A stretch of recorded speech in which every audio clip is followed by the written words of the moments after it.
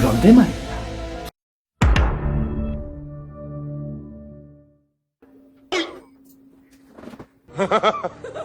그런데 금비대, 근육을 키우는 운동을 하고 싶으면 6에서 12의 무게를 알아야 하는데 이걸 어떻게 찾을 수 있을까요? 보통 실전에서는 그냥 감으로 잡고 하거나 하다 보니 알게 되는 경우가 많습니다. 이렇게 어물쩡 얼버무려서 하기 싫으신 분들은 먼저 원하는 방정식을 알아두면 좋습니다. 반복한 무게 나누기 반복한 횟수의 퍼센트는 원RM입니다.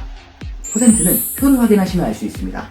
만약 90kg의 스쿼트를 최대 4회 반복할 수 있는 사람이라고 가정해 봅시다. 90kg 나누기 0.9는 100kg. 이 사람의 원RM은 약 100kg입니다. 이렇게 100kg의 스쿼트를 1회 반복할 수 있다고 추정할 수 있습니다.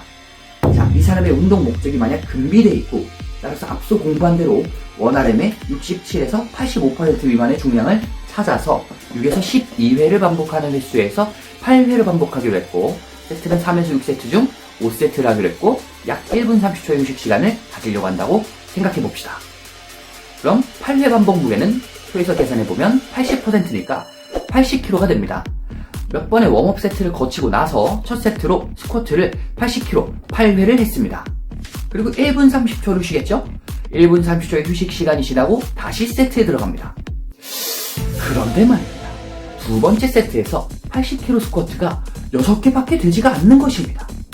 심지어 세 번째에는 4개까지 횟수가 떨어지고 결국 8, 6, 4, 4, 4 이런 식으로 5세트가 모두 끝나버렸습니다. 이건 너무한 거 아니냐고. 아니 선생님, 근데 금비대 트레이닝을 위해선 6에서 12회 사이로 운동을 해야 되는데 실패 시점이 6회 미만이면 이러면 운동 목적과 프로그램이 안 맞는 거 아닌가요? 저는 스트렝스보다는 근비대를 위한 볼륨 트레이닝을 하고 싶은데요 라고 질문할 수가 있겠죠. 자, 여러분, 무엇이 잘못되었을까요?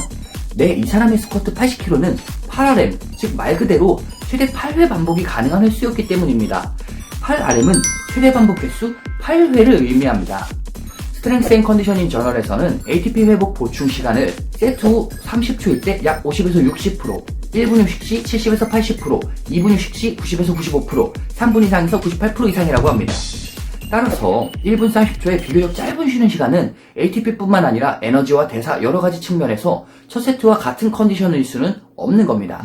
이렇게 금비대 훈련 프로그램에 대한 프로토콜은 완전한 회복이 이루어지기 전에 다음 세트를 시작하도록 권장하기 때문에 제한된 휴식 시간을 가지게 됩니다.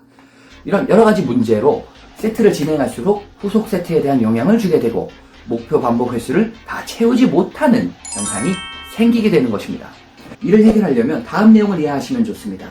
운동역학에서는 1이라는 개념이 있는데요. 어렵지 않으니까 금방 설명할게요.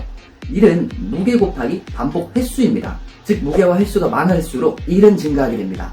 금비대에 있어서 운동 총량이 많을수록 크기가 증가한다는 데는 일반적으로 동의하실 겁니다. 따라서 8회 가능한 꽉 찬 5세트를 위해 다음과 같은 디센딩 세트가 구성이 되게 됩니다. 약 1세트에 80%, 2세트에 75%, 3세트에 70%, 4세트에 67%, 5세트에 67%. 따라서 운동 총 볼륨을 비교해보자면 다음과 같이 됩니다. 원래는 1세트에 80kg 8RM 640, 2세트에 80kg 6RM 480, 3세트에 80kg 4RM 320, 4세트에 80kg 4RM 320, 5세트에 80kg 4RM 320. 토탈 볼륨이 2080. 그런데 디센딩 세트로 전환을 했을 때는 1세트에 80kg 8RM 640, 2세트에 75kg 8RM 600, 3세트에 70kg 8RM 560, 4세트에 67kg 8RM 536, 5세트에 67kg 8RM 536, 뭐 이런 식으로 해서 토탈 볼륨이 2872 정도가 나오게 되는 것이죠. 무려 운동량이 비교를 해놓고 보면 792 볼륨이나 차이가 나게 됩니다. 이렇게 되었을 때 어느 쪽이 더 많은 트레이닝을 할 수 있었는지는 굳이 설명하지 않아도 아실 거라 믿습니다. 물론 이것이 뭐 정확한 기준이라고 말씀을 드리는 건 아닙니다. 여전히 개개인에 따라서 차이가 있을 수 있습니다. 이러한 정보를 충분히 이해하시고 나서 본인에게 맞는 개인화가 필수라는 점 잊지 마시고요. 다음 시간에는 일주일에 몇 번의 트레이닝을 하는 것이 효과적인지, 주당 빈도수, 프리퀀시에 대해서 이야기를 전해드릴 예정입니다. 구독과 좋아요, 알람 설정까지 한 번씩 부탁드릴게요.